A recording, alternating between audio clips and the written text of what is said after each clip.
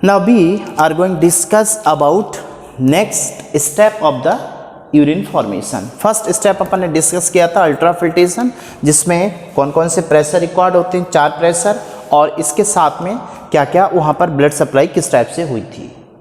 अब दूसरा और थर्ड मीन्स इसका third and second and third step and fourth step देखिए इसमें क्या क्या होगा। तो जनरली अपन जो डायग्राम देख चुके थे, अपन ने देखा आपकी एनसीईआरटी बेस्ड यदि बात करते हैं तो फर्स्ट अपना ये बाउमेन कैप्सूल है, और इस बाउमेन कैप्सूल में ये इसका नेक पार्ट है, बाकी का ये कॉइल्ड पार्ट है। Coiled part means this is the PCT, और ये हेनले लूप है। हेनले लूप का ये फर्स्ट पार्ट है। उसके बाद हेनले लूप में फर्स्ट पार्ट के बाद इसका ये डिसेंडिंग लिम्ब है, थोड़ा सा थिन होता है इसके कंपैरिजन में। ये हेनले लूप है, this one is the Henle loop. तो इस हेनले लूप में ये नीचे का पार्ट डिसेंडिंग एंड ये वाला पार्ट असेंडिंग होता है, ठीक है। और फिर यहाँ से इसका ये थिक पार्ट होता है हेनले लूप का, this one is the thick part, ये थिक पार्ट है।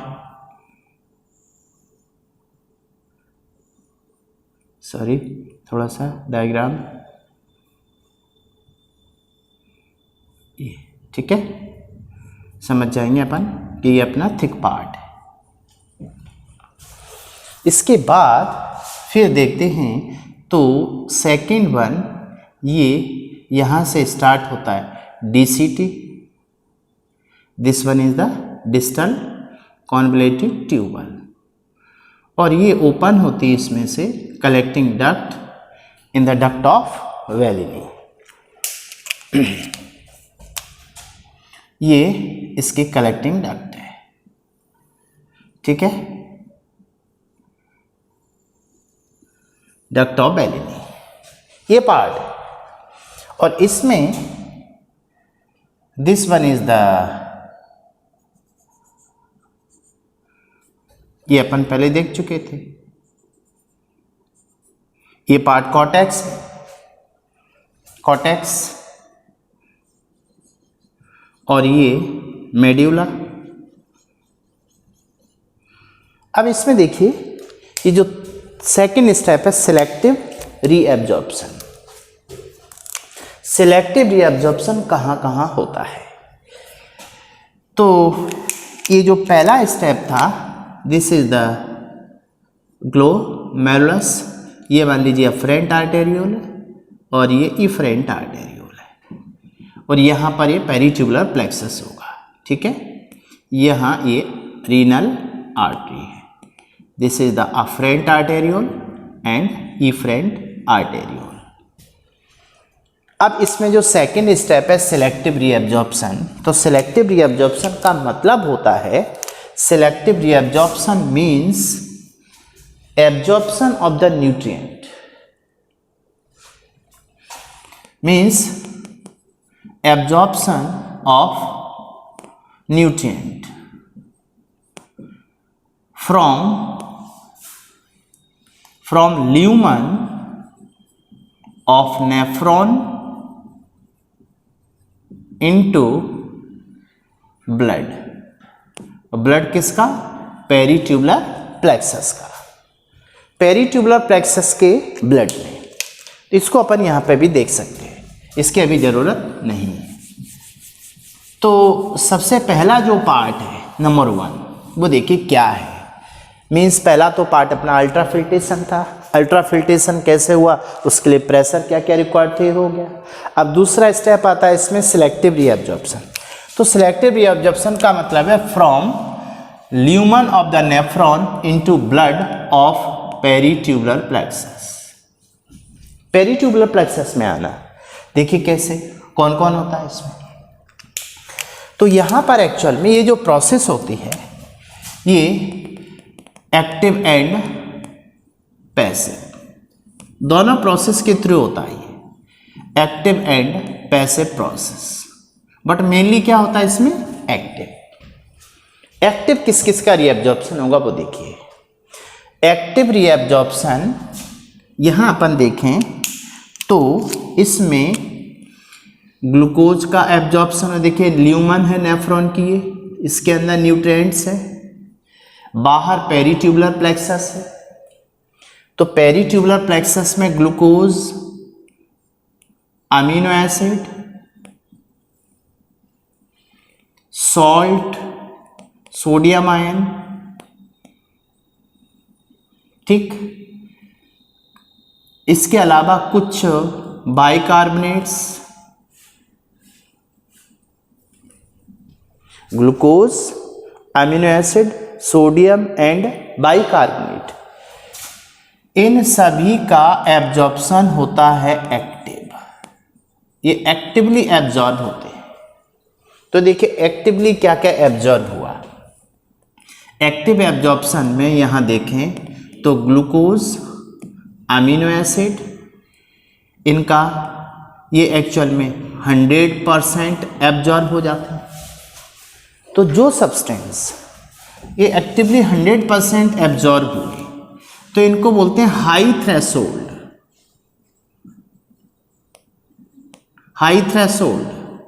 हाई थ्रेशोल्ड सब्सटेंस, वो सब्सटेंस जिनका 100% मीन्स जो मैक्सिमम एब्जॉर्ब होते हैं। तो अपन इसको 100% तो नहीं कह सकते, यहाँ पर ये मैक्सिमम एब्जॉर्ब होते हैं। मीन्स हाई थ्रेशोल्ड सब्सटेंस कौन से होते हैं, जिनका मैक्सिमम एब्जॉर्प्शन होता है।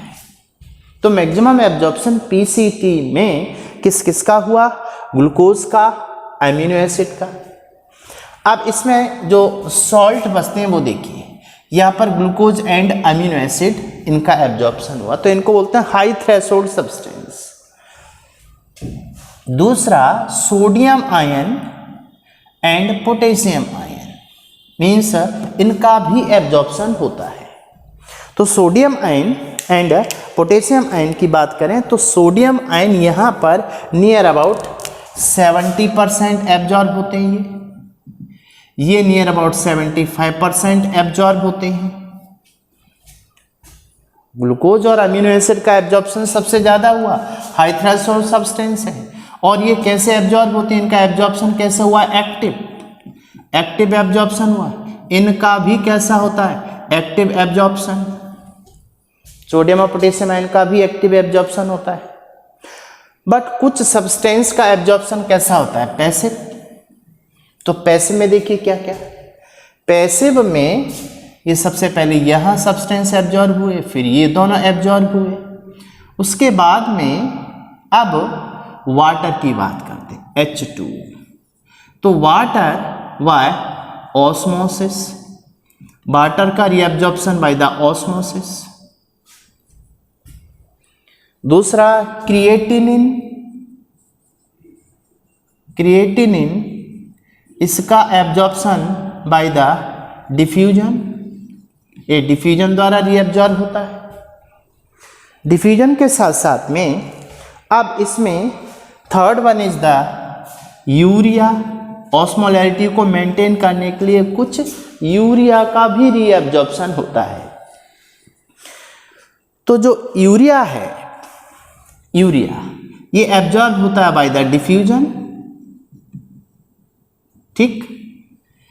नेक्स्ट क्लोराइड आयन, ये by the osmosis, chloride ion का भी एब्जॉर्प्शन हुआ by the osmosis. Sorry, chloride ion osmosis नहीं, क्लोराइड आयन का भी एब्जॉर्प्शन यहां पर बाय द डिफ्यूजन, ठीक। अब इन सभी का एब्जॉर्प्शन होता है पैसिव। तो देखिए सबसे पहला पार्ट मीन्स जो सिलेक्टिव रीएब्जॉर्प्शन है, और सिलेक्टिव रीएब्जॉर्प्शन अपन कहाँ देखते हैं, सबसे पहले इन द पीसीटी। ये पूरा एब्जॉर्प्शन कहाँ हो रहा है, इन पीसीटी, प्रॉक्सिमल कॉन्वोल्यूटेड ट्यूबल। तो नंबर 1 ये एब्जॉर्प्शन देखा अपन ने किस में, प्रॉक्सिमल कॉन्वोल्यूटेड ट्यूबल, ये पीसीटी के अंदर एब्जॉर्प्शन हुआ। और ये टोटल एब्जॉर्प्शन होता है नियर अबाउट 65%। पहला स्टेप। पीसीटी में देखिए glucose, amino acid, sodium ion, even इसमें क्लोराइड आयन का भी एब्जॉर्प्शन हुआ बाय द डिफ्यूजन, कुछ यूरिया का, क्रिएटिनिन का, बट वाटर ये सभी एब्जॉर्ब किसके थ्रू हुए? बाय द पैसिव, बट इनका एब्जॉर्प्शन होता है बाय द एक्टिव। तो मेनली एब्जॉर्प्शन पीसीटी में हुआ कैसा? एक्टिव। ठीक, ये 65% एब्जॉर्प्शन हो गया। अब ये फिल्टर्ड मटेरियल इस पीसीटी से देखिए किस में आएगा? ये हेनले लूप है, और हेनले लूप का ये कौन सा लिम्ब है? Descending limb, and this is the ascending limb. Descending limb की बात करें तो डिसेंडिंग लिम्ब में ये एक्चुअल में डिसेंडिंग लिम्ब मीन्स अपन दूसरा इसमें देखते हैं नंबर 1 अपना कौन सा हुआ? पीसीटी। अब नंबर 2 है Henle loop, Henle's loop. Henle loop में टोटल एब्जॉर्प्शन होता है 15%, और 15% पे हेनले लूप की बात करें डिसेंडिंग लिम्ब, तो सबसे पहला इसका पार्ट ए क्या है? डिसेंडिंग लिम्ब, और बी है असेंडिंग लिम्ब। अब इस असेंडिंग लिम्ब का, इस हेनले लूप का ये जो इनिशियल पार्ट है, देखिए यहां से बात करें अपन तो ये कलर वाइज थोड़ा सा अलग दे देते हैं इसको। ये मान लीजिए इसका फर्स्ट पार्ट है, ये सेकंड पार्ट है, थिन पार्ट है, तो इसमें भी 2 पार्ट है, मीन्स इसका थिक पार्ट और थिन पार्ट। सेम ऐसा ही इसमें है, thin part and thick part, तो इसका ये थिन पार्ट है और ये थिक पार्ट है। देखिए थिक पार्ट जो होता है इसका diameter equal to the PCT, तो इस थिक पार्ट में पाई जाती हैं simple cuboidal cell, simple cuboidal cell. Thick part, thin part जितना भी होता है इसमें पाई जाती हैं फ्लैट सेल्स। थिन पार्ट जो भी होगा इसके अंदर फ्लैट सेल होगी, और थिक पार्ट होगा फिर से सिंपल क्यूबॉइडल सेल है ये, क्यूबॉइडल सेल। तो सेल हिस्टोलॉजी तो अपन ने पहले देखी थी। और हेनले लूप उन एनिमल में ज़्यादा बड़ा होगा, ज़्यादा डेवलप होगा जिनमें मेटानेफ्रिक किडनी होगी, और metanephric kidney reptile, bird and mammal. तो इसके डेवलपमेंट का सीक्वेंस देखें तो more develop in mammal compare to reptile and birds. तो यहाँ ये लिख सकते हैं कि मोर डेवलप किन में ज़्यादा डेवलप होगा? मोर डेवलप इन मैमल में सबसे ज़्यादा, फिर बर्ड्स में सबसे ज़्यादा, और सबसे कम डेवलप होगा इन द रेप्टाइल। मैमल में सबसे ज़्यादा डेवलप होता है क्योंकि यहाँ पे वाटर एब्जॉर्प्शन जरूरी होता है। अब देखिए ये जो डिसेंडिंग लिम्ब है, डिसेंडिंग लिम्ब के लिए सबसे इंपॉर्टेंट पार्ट आता है permeable for water. Most important point है ये, permeable for water but impermeable to salt. Salt के लिए इम्परमिएबल है, बट असेंडिंग लिम्ब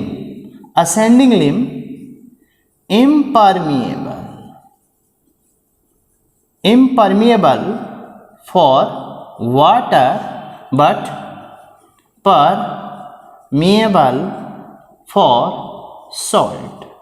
सॉल्ट के लिए परमिएबल है, ऑस्मोलैरिटी को मेंटेन करना होता है इसलिए ऐसा होता है। तो देखिए यहाँ पर क्या एब्जॉर्ब हुआ? वाटर, ये वाटर का एब्जॉर्प्शन हुआ है।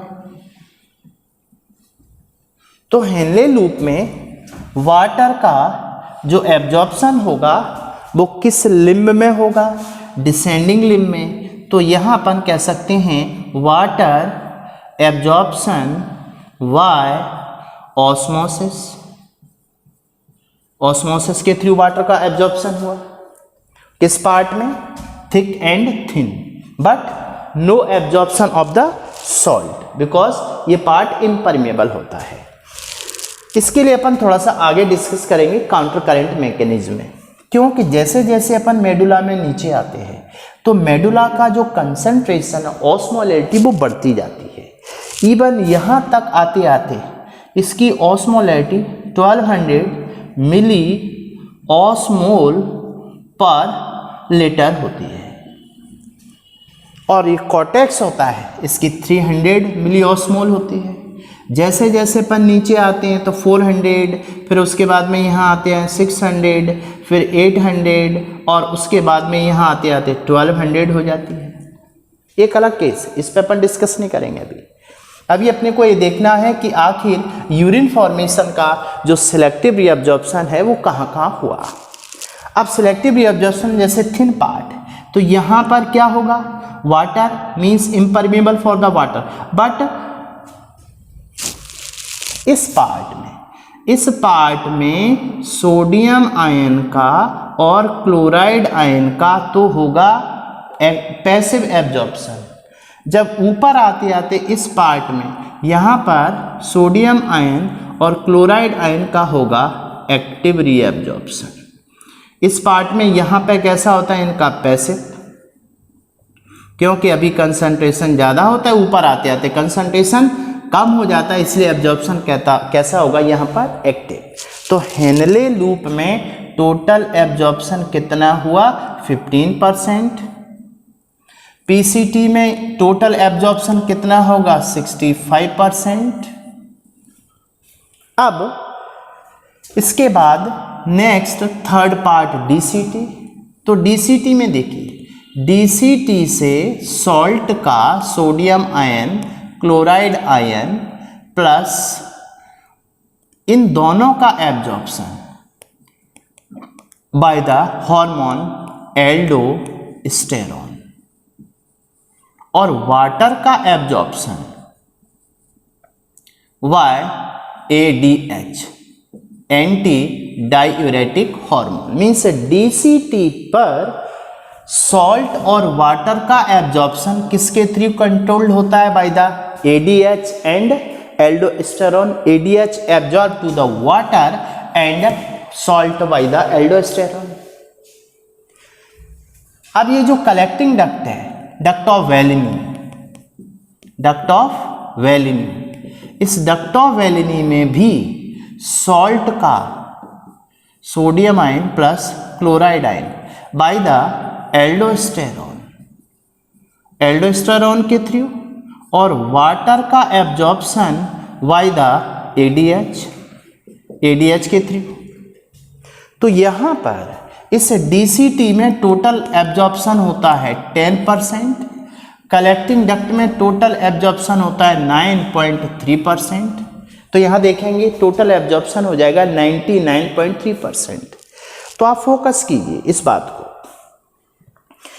कि जो पहला स्टेप था सिलेक्टिव रीअब्जॉर्प्शन, तो selective reabsorption in the PCT, selective reabsorption in the DCT, third one in DCT, sorry Henle loop के बाद में। तो डीसीटी में किस पर डिपेंड करता है? डीसीटी में जो एब्जॉर्प्शन है वो सॉल्ट का जो एब्जॉर्प्शन है वाय हार्मोन एल्डोस्टेरोन, ये एक्चुअल में मिनरेलोकॉर्टिकॉइड है, और दूसरा जो वाटर का एब्जॉर्प्शन है वो by under control of anti diuretic hormone, और इसी को बोलते हैं वैसोप्रेसिन। यहाँ एब्जॉर्प्शन कितना हुआ? 10%। एंड फोर्थ जो कलेक्टिंग डक्ट है, तो इसमें भी सॉल्ट एंड वाटर का जो रीअब्जॉर्प्शन है under control by the aldosterone and ADH, और ये एब्जॉर्प्शन होगा 9.3%।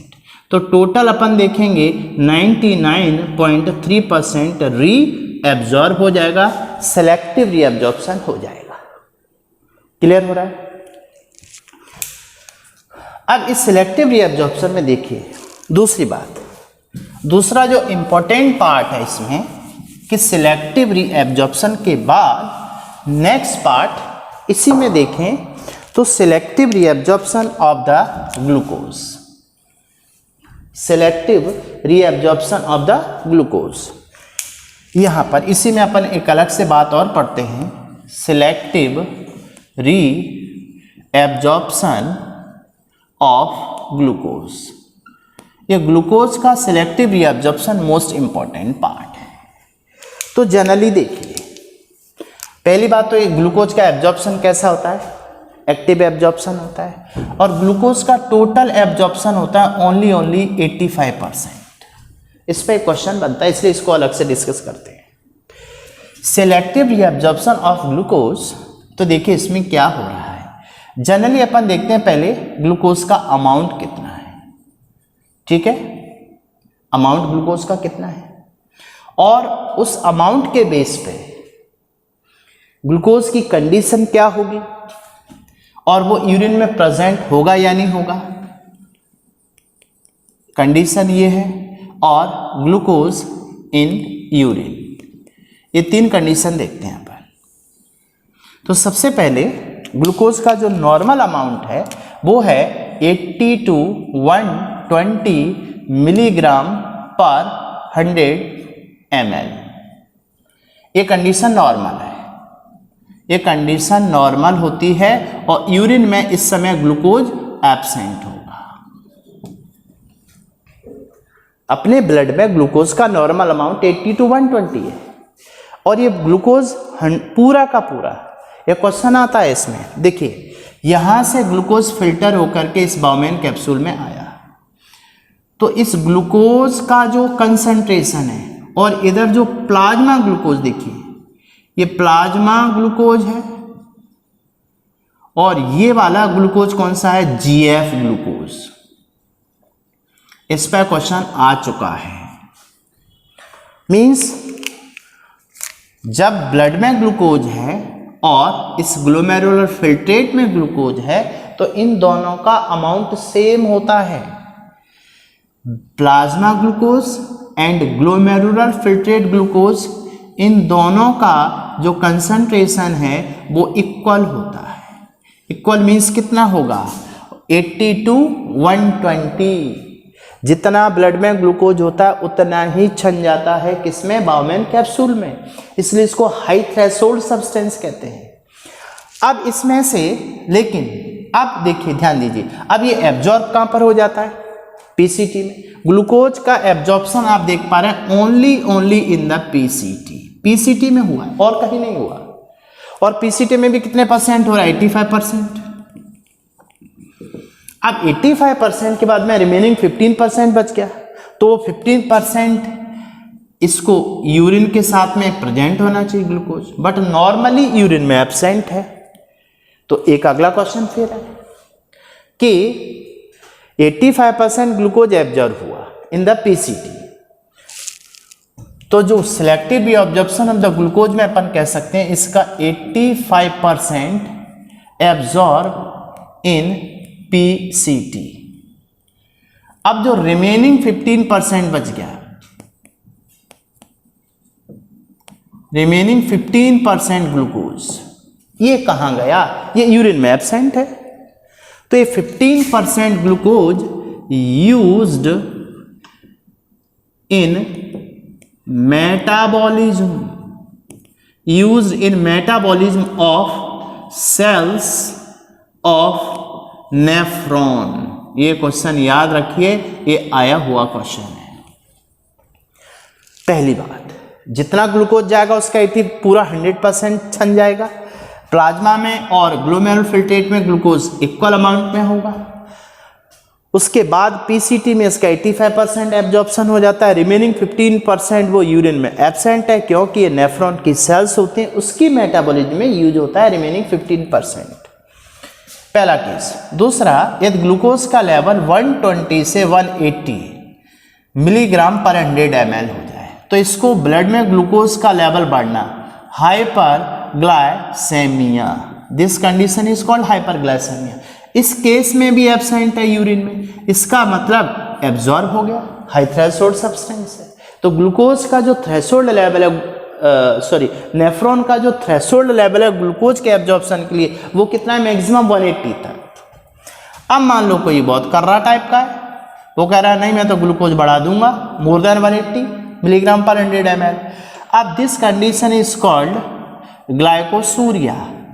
अब यहां पर प्रेजेंट होगा, यहां पर अब आप देख रहे हैं ये प्रेजेंट है यूरिन में, यूरिन में प्रेजेंट हो गया glucose. This condition is called glycosuria. तो ग्लूकोज का सिलेक्टिव रीअब्जॉर्प्शन 85% पीसीटी में होता है, रिमेनिंग 15% का यूज कहां पर होता है, in the metabolism of the cells of the nephron. यदि ग्लूकोज का लेवल मोर देन 180 हो जाता है फिर एब्जॉर्प्शन नहीं होता, उसके बाद वो ग्लूकोज यूरिन में अपीयर होता है। This condition is called glycosuria. Is it clear? तो इसमें अपना सेकेंड स्टेप क्लियर हुआ, selective reabsorption. And third step secretion. देखिए next third step secretion. Secretion का मतलब होता है मूवमेंट ऑफ, या एब्जॉर्प्शन कह सकते हैं, मूवमेंट ऑफ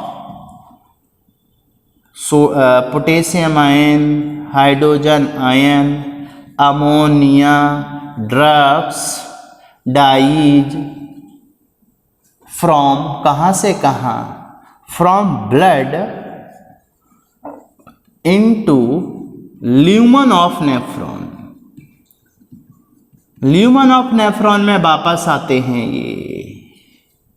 तो देखिए कैसे इसको अपन देखते हैं, दो जगह पे होगा ये सीक्रेशन, एक होगा अपना पीसीटी में और एक होगा डीसीटी में और एक होगा कलेक्टिंग डक्ट में। तीन जगह पे सीक्रेशन होता है। तो देखिए पीसीटी में किस किस का होगा, पीसीटी मीन्स ये आ गए। तो अब अपन देखते हैं यहाँ पेरिट्यूबुलर प्लेक्सस है, तो ये सब्सटेंस किसके अंदर आएंगे, ल्यूमन में, नेफ्रॉन के ल्यूमन में। कौन कौन से आएगा, पोटेशियम आयन आएगा, हाइड्रोजन आयन आएगा, कुछ बाइकार्बोनेट्स आएंगे, कुछ बाइकार्बोनेट्स आएंगे। तो पीसीटी में बताइए किस किस का सीक्रेशन हुआ पीसीटी के अंदर। पीसीटी में अपन देखते हैं हाइड्रोजन है, अमोनिया है, क्रिएटिन है, हिप्यूरिक एसिड है।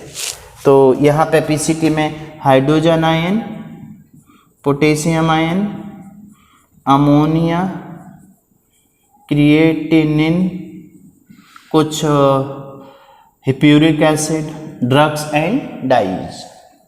डीसीटी में होता है देखिए किस किस का, हाइड्रोजन आयंस का, पोटेशियम आयंस का।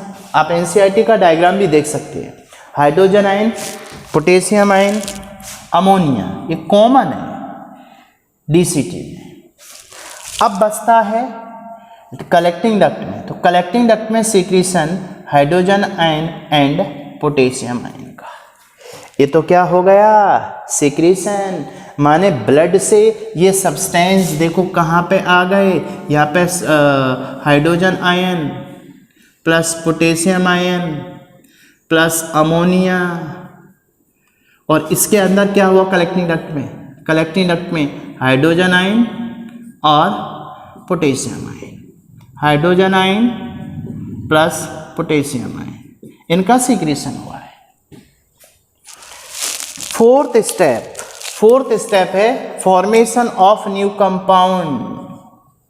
अब देखिए फॉर्मेशन ऑफ न्यू कंपाउंड का मतलब है कुछ ऐसे कंपाउंड होते हैं जो यूरिन में प्रेजेंट होते हैं बट ब्लड में एब्सेंट होते हैं, मतलब ब्लड में होते ही नहीं है तो फिल्टर कहाँ से होंगे, बट वो यूरिन में प्रेजेंट होते हैं।